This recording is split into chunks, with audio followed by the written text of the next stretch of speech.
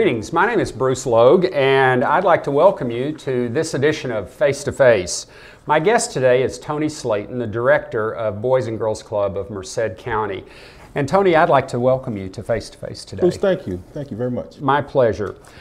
Tony, you're a third-generation Mercedian. You've been around here a while, and you came from a very strong family. I was impressed with that when you and I conversed over coffee. Would you tell us what makes you thankful for your family? What was it about them and the family you grew up in that makes that something you're... Bruce, I mean, you know, there are so many things. When I think about my family, you know, the situation that I grew up in. So I had both my mother and my father at home, and they both worked. My parents owned a home. I had a grandmother who lived in the home who provided continuous child care to the children. At that time, it was myself and two other older brothers, and so that's just one piece. When I think back or look back, I look at the school system that I was involved in. So locally, I went to Weaver School, and there was just so much cross, if you will, in the support network. For example, my mother was the president of the PTA for a time. One of my teachers, she actually played the piano in the church, and so that safety net that's woven together to catch children, or that piece of accountability, or you know, where people know you, was very present in my life. Additionally, I grew up in kind of a rural situation on a small family farm, and so we, as the boys, we had chores, and so when I look back at it now, some of the things we did: building fences, cutting yards, tending gardens, raising animals, milking cows, all those kind of things that kids today don't get the opportunity to do.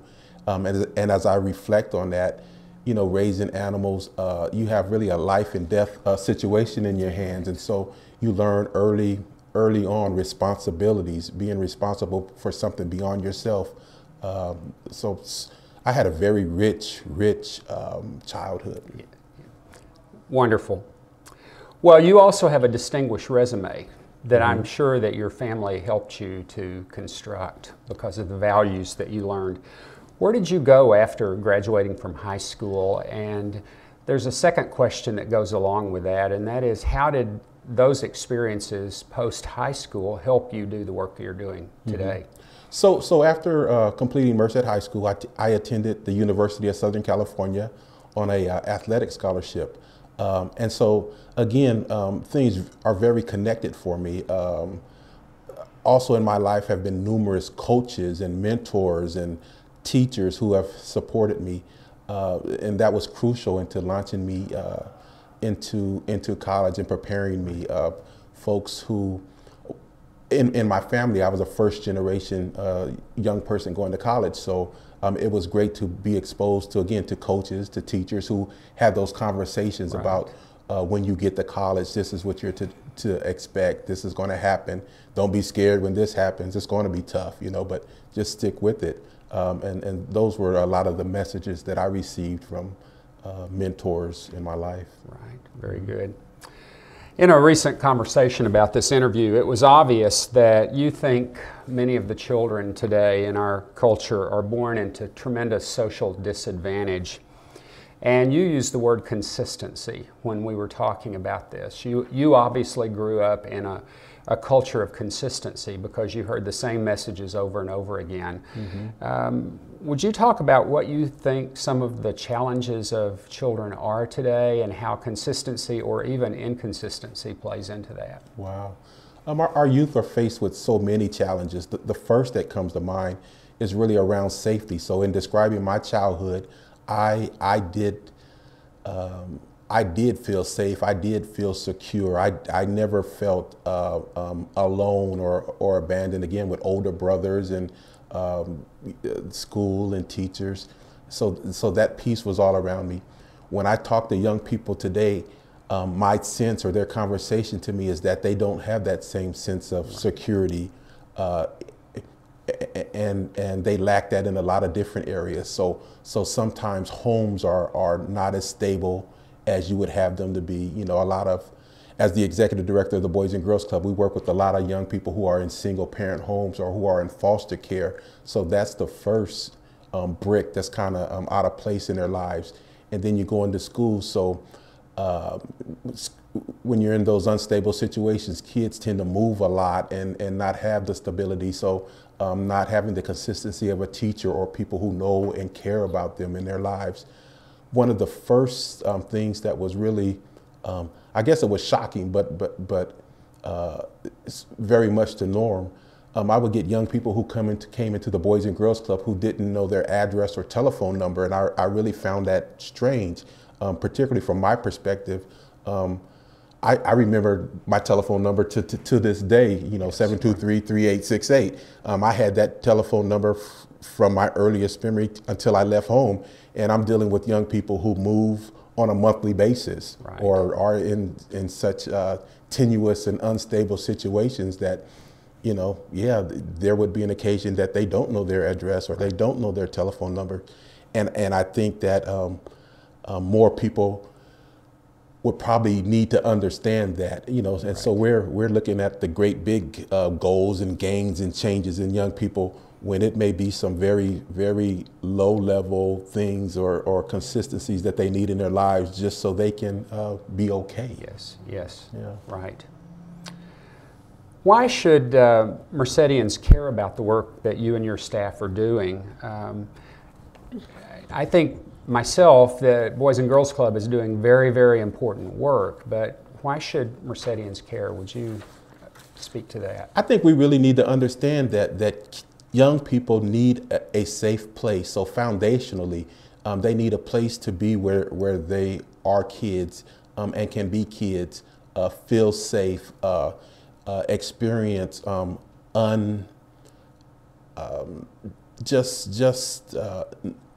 not being judged, but being accepted for who they are. And when you start with that, different things rise. And so from there, we can do things educationally, we can do things character-wise, we can do things around sports and fitness, but really fundamentally, we have to have a relationship with our young people. And that's really, the core of the work. We've done some great things educationally, but those things would not have occurred without having a relationship right. with our young people. Right.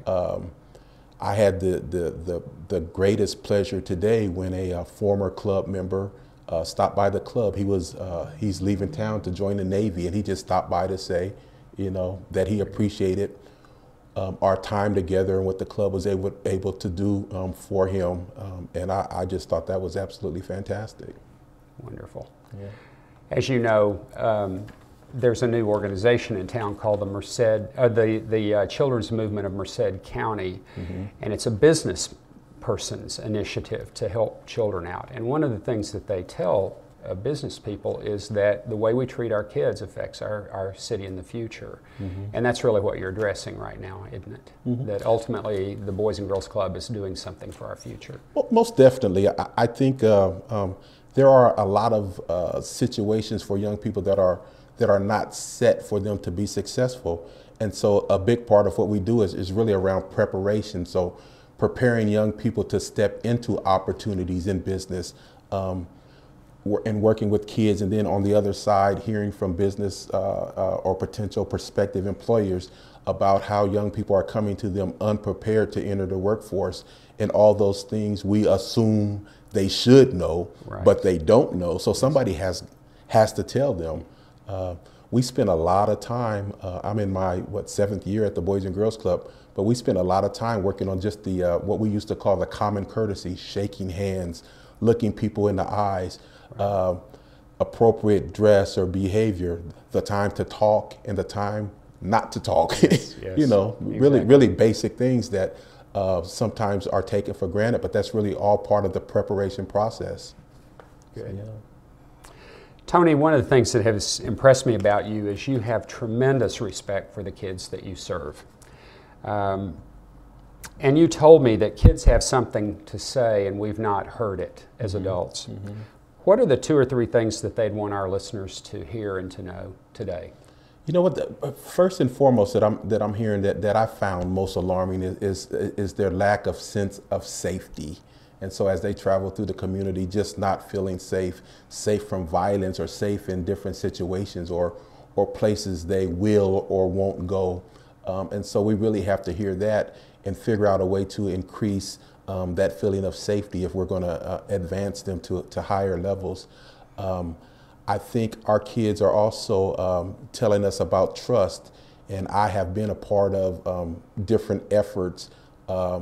Though well-intentioned, they miss their marks. So to start something with young people and then to stop or to leave it unfinished is very damaging. And Right. Once that's done, it's very difficult to build that trust up again. And so that's one of the things we're constantly trying to overcome. Be consistent and live up to our word. You know, it doesn't do us any good to take a survey of young people and ask them, what do you want to do? And then not do anything with that information. Yes. You know, Right. And so they're really, from a leadership perspective, from an adult perspective, we really have to get more in alignment with what our kids want to do, and see how that meshes up to what we as the adult leaders feel is best. But looking for that alignment, so the things that young people want to do, want to participate in, and see how do we support that? How do we Yes. help grow them? Right, exactly. Well, Tony, I want to express my thanks for this little short conversation that we've had. Boys and Girls Club is doing very, very important work, and we thank you for your service and ministry to kids in our city. And I want to thank you for joining us today for Face to Face. Stay tuned, because our next guest at Face to Face will be a lieutenant from the police department, and we hope you'll join us then. Thank you. I'm Bruce Logue.